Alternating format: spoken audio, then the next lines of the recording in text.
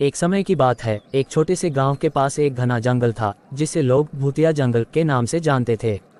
ये जंगल इतना डरावना था कि रात में कोई भी वहां जाने की हिम्मत नहीं करता था।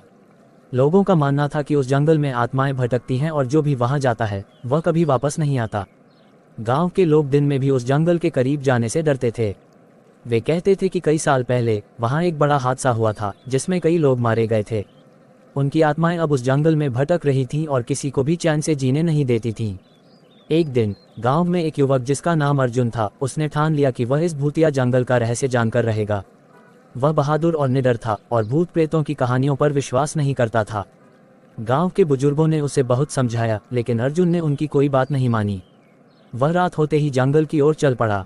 रात का अंधेरा घना था और जंगल में हल्की हल्की हवा चल रही थी जिससे पत्तों की सरसराहट सुनाई दे रही थी। अर्जुन धीरे धीरे जंगल के अंदर बढ़ता गया। अचानक उसे किसी के कदमों की आवाज सुनाई दी।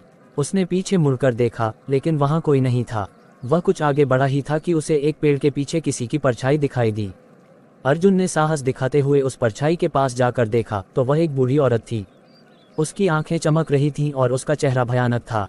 अर्जुन घबरा गया, लेकिन उसने खुद को संभाला और औरत से पूछा, तुम कौन हो? मैं उन लोगों में से हूँ जो इस जंगल में मर गए थे।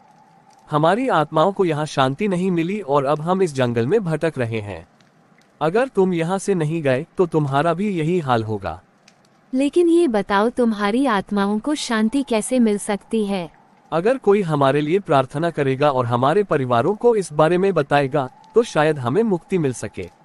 मैं वादा करता हूँ कि गांव जाकर तुम्हारे परिवार को सब कुछ बताऊंगा और प्रार्थना भी कराऊंगा जिससे तुम्हें मुक्ति मिल सके। अर्जुन अगली सुबह जंगल से बाहर निकला और गांव वालों को सारी कहानी सुनाई। गांव के लोग इकट्ठे हुए और उन आत्माओं की शांति के लिए प्रार्थना की।